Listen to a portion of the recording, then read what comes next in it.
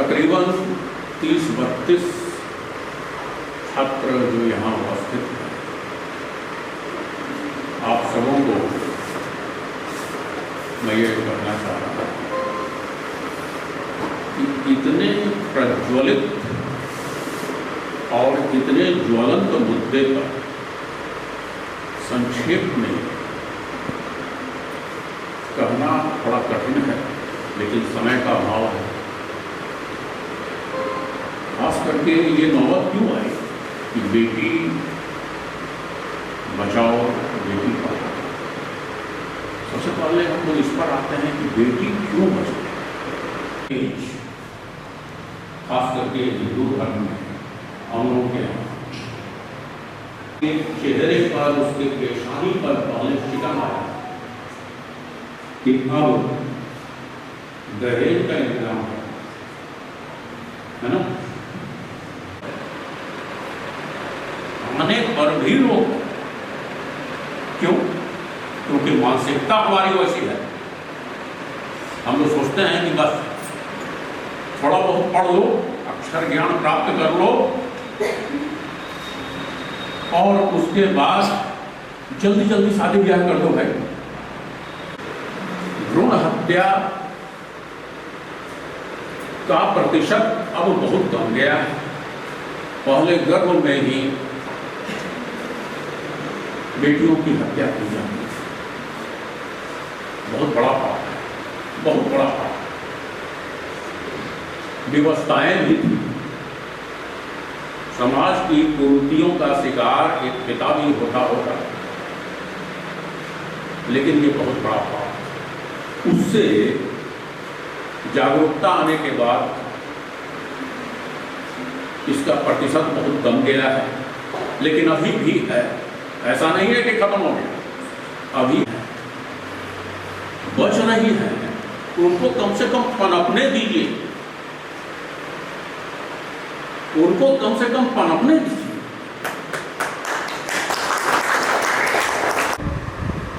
थोड़ा सा शहर से थोड़ा दूर पड़ता है। अब हसनपुर से कोई बच्ची आ रही है, कोई जबोसन से आ रही है, कोई चतपुरा से आ रही है, तो उसके घर में भी माता पिता के चेहरे पर बल पड़ जाते हुए कि अच्छा 3 बज गया अभी तक आई नहीं, 2 बज गया अभी तक आई नहीं। जिस दिन हमारे समाज की आधी आबादी पूर्ण रूपेण जागृत हो जाएगी, जागरूक हो जाएगी और वोकल हो जाएगी, उस दिन से बहुत सारी चीजें बनेंगी। इसमें समय लगेगा, लेकिन कोई इसका सबसे बड़ा और सटीक उदाहरण आरपीएस कॉलेज में हमारी ये 3 महिला शिक्षिकाएं हैं। स्वावलंबी है। बस ऐसे ही तो हम लोग चाह रहे हैं कि तुम लोग भी अपने पांव पर खड़ा हो। यशस्वी बनो, ओजस्वी बनो। उसके लिए पढ़ना भी होगा, है ना, पढ़ना भी होगा। अच्छा, सबसे बड़ा यहाँ पर, हालांकि ये विषय से हट करके है, सब यही कहना चाहेंगे बउआ कि मेहनत करो और पढ़ो। ये जो दिया हुआ है ना, पढ़ाओ। पढ़ाओ का मतलब क्या है कि पढ़ना है। क्या करना है? सिर्फ डिग्री ले लेनी है? नहीं, पढ़ना है, कंसेप्शन सॉलिड करना है।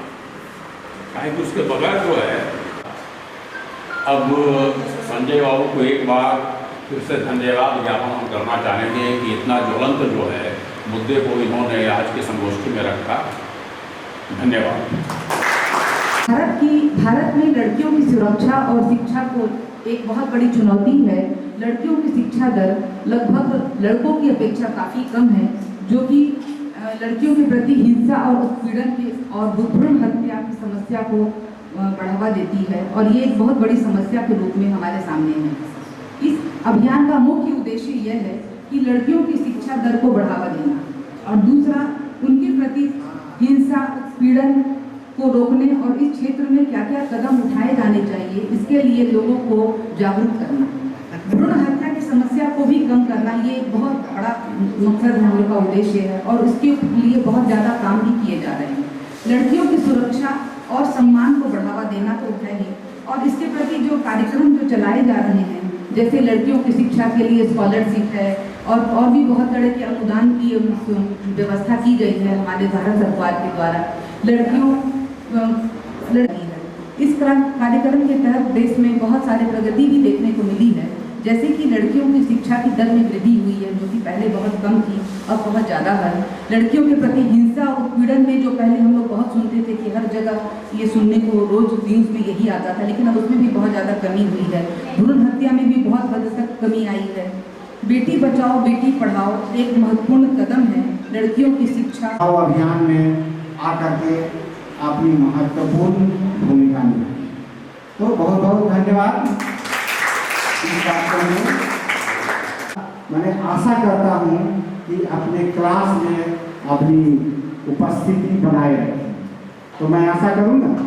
Respected principal sir, coordinator Sanjay sir, and all the faculty members, a very warm good afternoon all of you. आज जो टॉपिक है उसका जरूरत क्यों पड़ा, इसके बारे में आपका कुछ ध्यान आकर्षण करना चाहता हूँ। आपके गांव या हम लोग के गांव में एक शब्द बहुत प्रचलित है, जिस समय हमारे घर में बेटी जन्म लेती है तो हमारे माता पिता कहते हैं 1 लाठी मेरा बढ़ गया। इससे ये शब्द जो है ना, हमको जब मैंने सुना ये सब गांव में बहुत ज़्यादा प्रचलित है, मैं शहर में था नहीं पता चला, लेकिन ये जब गांव के कॉलेज में आया, किसी के द्वारा सुना गया कि गांव में ये बहुत ज़्यादा वर्ड प्रचलित है, तब उसको बहुत ज़्यादा ये झकझोड़ा। क्यों बेटी को बोला गया कि 2 मुट्ठी जो होता है आंगन ऊंचा करना क्यों बोला गया? ये साफ पता चलता है कि बेटी जब जन्म लेती है तभी उनके शादी के बारे में सोचना स्टार्ट कर देते हैं। ये बेटी बचाओ जो बेटी पढ़ाओ, जब हमारे आदरणीय प्रधानमंत्री इन्होंने स्लोगन दिया तो उन्होंने समझा कि नहीं, आज जो हमारी बेटियां जो हमारी जन्म लेती हैं वो जन्म के समय ही उनको अपने जो परिवेश में आने नहीं दिया जाता, उनको आने से पहले ही खत्म कर दिया जाता है। तब उन्होंने देखा कि जब तक बेटी नहीं आएगी, ठीक है, सामाजिक दृष्टिकोण से हमारा समाज जो हम लोग कहते हैं प्रोग्रेस करेगा वो नहीं। जेंडर रेशियो बोला जाता है, हमारे बिहार का जेंडर रेशियो 918 में 1000 मेल का है, और हमारा देश का जो लिंगानुपात है 943 में 1000 का। समझ रहे हैं? हमारे देश का एवरेज से भी हमारा बिहार जो है ना लिंगानुपात में जो पिछड़ा हुआ है, यानी कि हमारी बिहार जो हमारा जिस राज्य के हम लोग निवासी है वो हमारा क्या है, सामाजिक दृष्टिकोण से जो है ना बहुत ज़्यादा पिछड़ा हुआ है। ठीक है, राज्य के लिए बहुत ज़्यादा इम्पोर्टेंट है या बहुत ज़्यादा सही चीज़ है, ताकि हमारे जो हमारे माता पिता में उसमें सकारात्मक जागरूकता आए। ठीक है, इस टॉपिक का जो हमारा ये टॉपिक है उसमें सबसे इम्पोर्टेंट बात है इसमें क्या क्या महत्वपूर्ण चीज़ें इसमें ऐड किया गया। सबसे महत्वपूर्ण की है समाज में सकारात्मक दृष्टि है, कोई कार्य थोड़ी है जो निपट है। हम लोग बेटी हैं जो हम अपने माता पिता के साथ चलते हैं। जब भी कोई भी प्रॉब्लम होती है तो हमारे घर की बेटियां ही आती हैं जो हमारे माता पिता को साथ में रही है। वो सब तो ठीक है, बेटी को बचाने की जरूरत क्यों पड़ती है? क्या इसमें बेटियों का हाथ नहीं है? उनकी सुरक्षा को खत्म करके कोई सास बनती है, कोई ननद बनती है, और आगे भी बहुत सारे संबंध हैं। तो क्या ये बेटी और महिलाएं सब पर लागू है? पहली चीज। दूसरी बात कि पाप आत्मनिर्भर भी हो गए हुआ है पढ़ाने में, मतलब जहाँ जो जरूरत हुई मैंने कहीं नहीं पढ़ा उसको। अभी मैं बोलता रहा हूँ, जब भी कोई नया क्लास में वो एडमिशन ली है तो हमेशा मैं बोलता रहा हूँ कि एक चीज़ ध्यान रखना कि अगर, क्योंकि बेटी है तो शादी भी होगी कल होकर के, शादी के बाद अगर तुम्हारे घर वाली जरूरत नहीं है तो इसका त्याग करने के लिए भी तैयार रहना है तुमको, और मैं उनका समर्थन करूंगा। क्यों? क्योंकि पैसा इंपॉर्टेंट होता है। ये बात नहीं, कि लोगों को लगे कि भाई ये गलत बोला जा रहा है, लेकिन जब आगे जब तुम्हारा लाइफ बढ़ेगा तो समझ में आएगा कि मैं क्या बोल रहा हूँ। ये भी उतना ही महत्वपूर्ण है। बेटियां पढ़ ली बहुत, लेकिन अगर संस्कार नहीं है तो क्या क्या होता है, बहुत तरह के गलत कदम भी उठते हैं।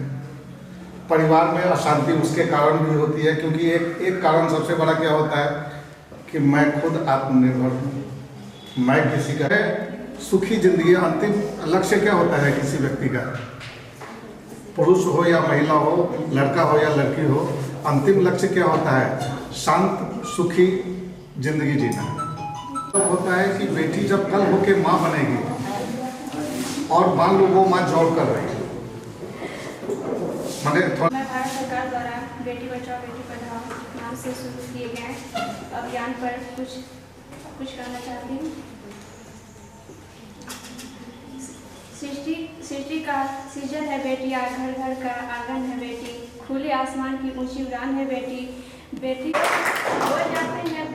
बोए जाते हैं बेटे, उग जाती है बेटियाँ, खाद पानी बेटों पर लहराती है बेटियाँ।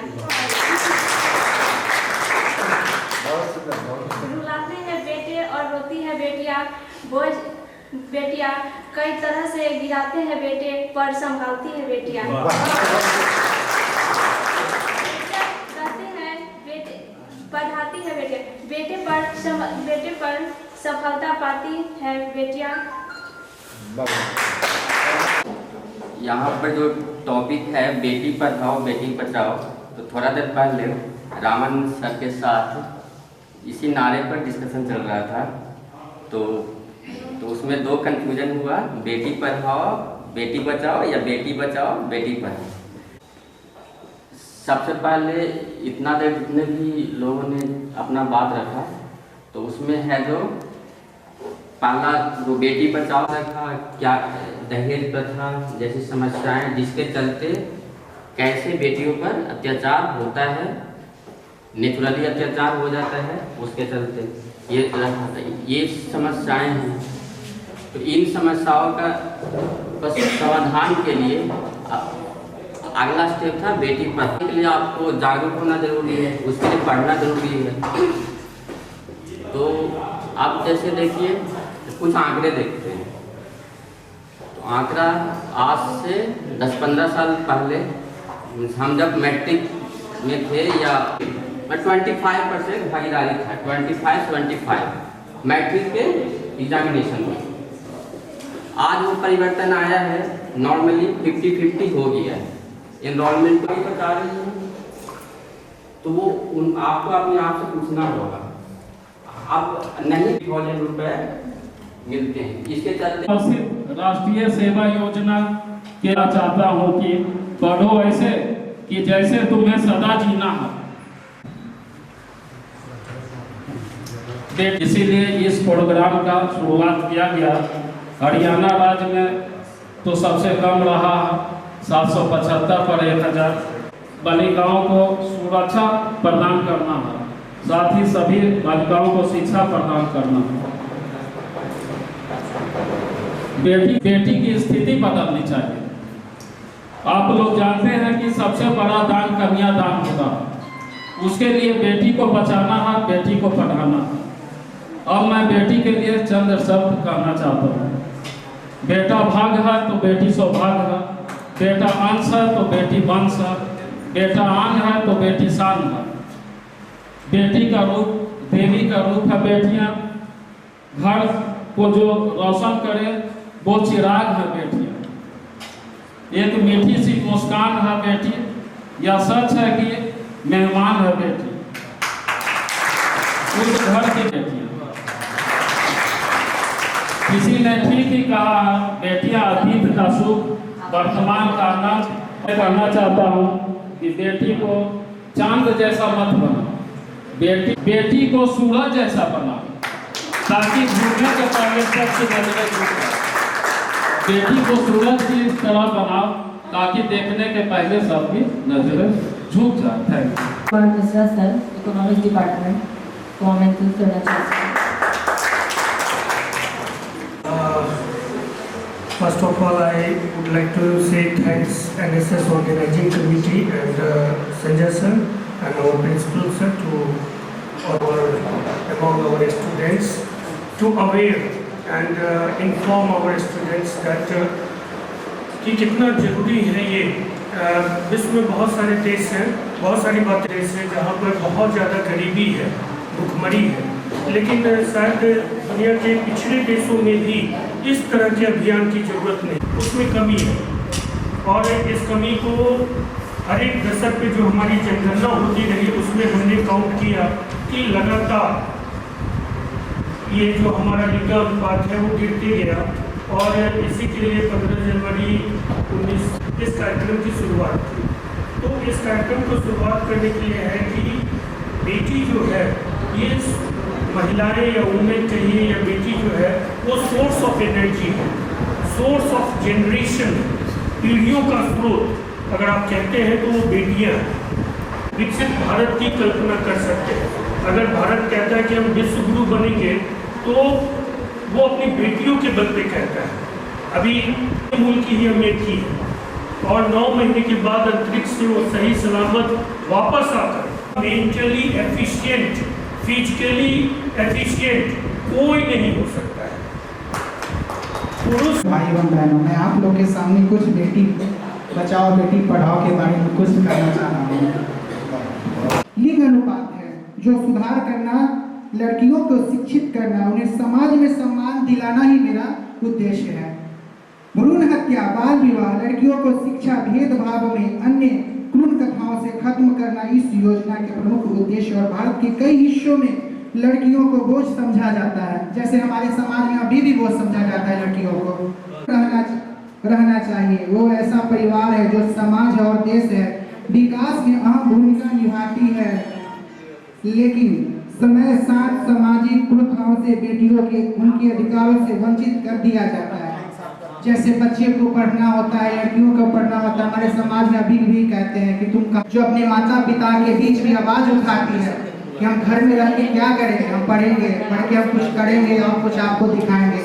आपकी लड़का होके देखिए, हमारे भाई जैसे भी जो पढ़ना नहीं चाहते, हम लड़कियों होके उज्जवल बनाने का उद्देश्य है। जैसे भारत सरकार ने भी 22 जनवरी 2015 को बेटी बचाओ बेटी पढ़ाओ का योजना शुरू किया था। यह योजना केवल एक अभिमान है, बल्कि हमारे समाज के जागरूकता करने का एक सब प्रयास है। योजना में बेटी बचाओ बेटी पढ़ाओ का लिंग अनुपात से सुधार करना, लड़कियों को शिक्षित करना अतः उनके समाज में सम्मान दिलाना दुख योजना का मुख्य उद्देश्य है। भारत में कई हिस्सों में लड़कियों को बोझ समझा जाता है। कन्या भ्रूण हत्या जैसी प्रथाओं के लिंग अनुपात से गंभीर रूप से प्रभावित किया जाता है। 2009 लड़कों के केवल 918 लड़कियां थी। अलग भी देखी जाए तो लड़कियां हमारे हिस्से में बहुत सारी बढ़ रही है।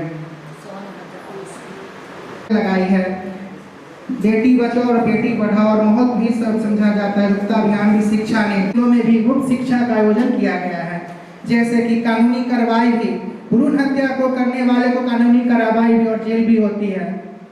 हमारी बेटी हमारे देश का मान है, सम्मान है, गर्व है। बेटी है तो हमारी माँ है, बहन है, हमारी मौसी है और सब कुछ है। बेटी बचाओ बेटी पढ़ाओ। आप उठाइए इस समर्थन में। चलिए धन्यवाद। जो इस समय अनुपस्थित है किसी कारणवश, सभी प्राध्यापक आप सभी का हार्दिक अभिनंदन करता हूँ। जैसा कि हम सभी जान चुके हैं कि है आप लोगों ने बहुत सारे विद्वानों से बहुत सुंदर सार गर्भित और अर्थ बेटी बचाओ बेटी पढ़ाओ निश्चित रूप से यह हमें बताता है कि किसी जमाने में बेटियों के शिक्षा पर संकट रहा है, अस्तित्व पर भी संकट। जैसा कि हमको पता चला पूर्व के विद्वानों से, इस कार्यक्रम की शुरुआत ही माननीय प्रधानमंत्री ने इसलिए किया था, हरियाणा से किया था कि हरियाणा में एक समय कार्यक्रम की शुरुआत 2015 है कि महिलाओं की संख्या कहीं कम है। लिंगानुपात स्त्रियों को सिर्फ इतना ही पढ़ाने पर जोर दिया जाता था कि वो गीता और राम, हल्ला नहीं करो, गीता और रामचरितमानस का पाठ कर सके। पर हमारे देश की जो बेटियां हैं वो इन सब चीज से आगे निकल चुकी है। उसके बाद एक समय ऐसा आया कि उन्हें आत्मनिर्भर करने के लिए शैक्षणिक संस्था आरक्षण के नाम पर या जिस किसी भी तरह, और उस